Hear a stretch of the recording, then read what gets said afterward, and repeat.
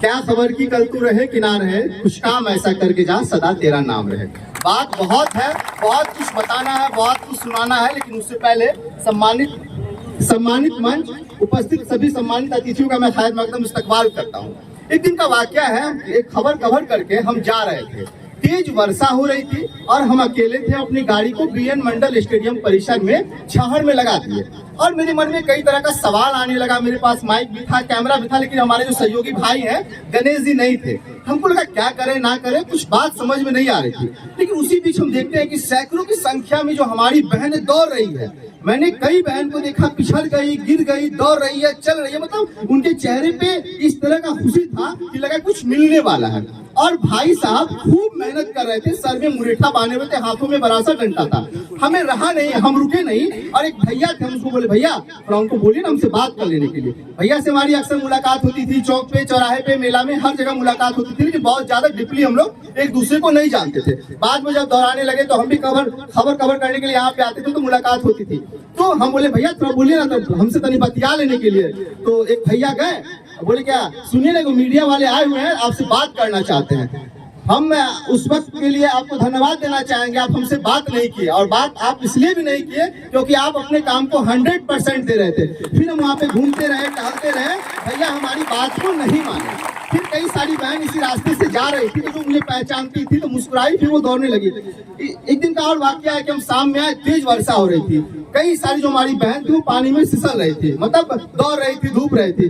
कुल मिलाकर हम कह सकते हैं अपने आपने जो अपने काम को 100% दिया है, जिसका नतीजा है कि आज सैकड़ों बहन के चेहरे पे मुस्कुराहट है। तेज धूप के बाद भी सर पे पसीना है, लेकिन उनके पिता की आंखों में आंसू है। जब मैं कई पिता से बात कर रहा था तो कई सारे जो पिता हैं उनके आंखों में आंसू आ जाता है और वो कहते हैं कि मैं किसान हूँ, मैंने अपने बेटी को पढ़ा लिखा के एक अच्छा इंसान बना दिया। बहन मैं आपसे बात करना चाहता हूँ, आज हमारी बहन प्लेन चला रही है, ट्रेन चला रही है, एरोप्लेन चला रही है, और आपके सामने जो हमारी बहन ने अभी जो मामला सामने आया, दो बहन ने देश को दिखा दिया कि अगर आप ईमानदारी से काम करते हैं तो 3 मिनट के अंदर पूरे भारत में आप छा जाते हैं। आप याद कीजिए, जब कोरोना काल का टाइम था, बिहार के डीजीपी गुप्तेश्वर पांडे जी बिहार के डीजीपी हुआ करते थे, तो एक बहन वहाँ पे ड्यूटी पे तैनात थी और डीजीपी साहब उसको फोन करते हैं और बोलते कहाँ है, तो बोलते कि हम अपने काम को अंजाम दे रहे हैं। तो कुल मिलाकर कहे आप किसी भी जगह पे अपने काम को अंजाम दीजिएगा, भाई को याद रखिएगा, इस भाई का बड़ा श्रेय है। और बीएन मंडल स्टेडियम परिसर में हजारों बच्चे दौड़ते हैं, धूपते हैं, खेलते हैं, कूदते हैं आपको देखने के बाद। और आज के तारीख में वो भाई जरूर ये सोच रहा होगा, काश हम भी 3 साल पहले दौड़ते तो हमें भी जॉब मिल जाता, सैकड़ों लोगों के सामने हमें सम्मानित होने का मौका मिलता। बहुत सारी बातें हैं, बहुत सारी कहानियां हैं। सबसे अहम और खास बात ये है, जब मैं पटना रहा करता था तो डाक बंगला चौराहा है पटना में, आप लोग जाएंगे तो देखेंगे, जब कोई बड़ा प्रोटेस्ट होता था तो हमारी बहन आती थी। मेरे मन में एक सवाल आता था कि पढ़ी है तो आज देखो गर्दा उड़ा रही है। और निश्चित तौर पे आप भी बिहार के 38 जिले में, चाहे अंचल हो, अनुमंडल हो, थाना हो, ब्लॉक हो, हर जगह अपने काम को अंजाम दीजिएगा, तो ईमानदारी के साथ काम कीजिएगा। और मैं एक बात हाथ जोड़कर आप लोगों से कहना चाहता हूँ, जब मैं लोगों से मिलता हूँ, बातचीत करता हूँ, मैं अलग अलग जगहों पे जाता हूँ, तो गरीब लोग, उनकी आंखों की जो आंसू होती है ना, वो बयान नहीं किया जा सकता है। तो इंसानियत और मानवता को हमेशा बरकरार रखिएगा।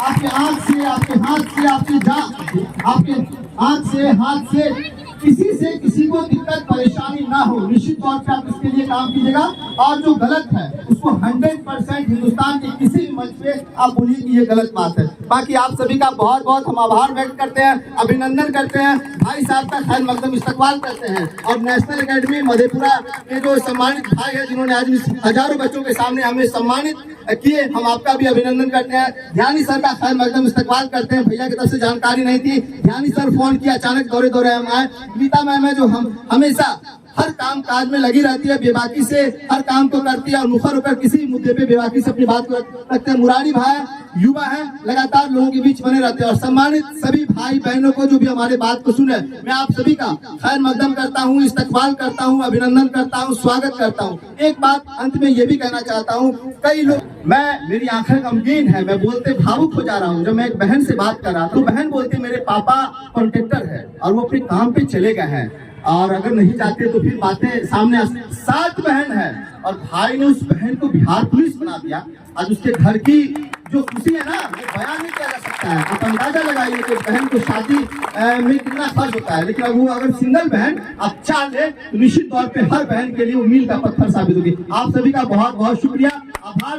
जाने अनजाने में अगर कोई बात मेरे जबान से किसी को बुरा लगा होगा तो आप सभी से माफी चाहते, बहुत बहुत शुक्रिया, धन्यवाद।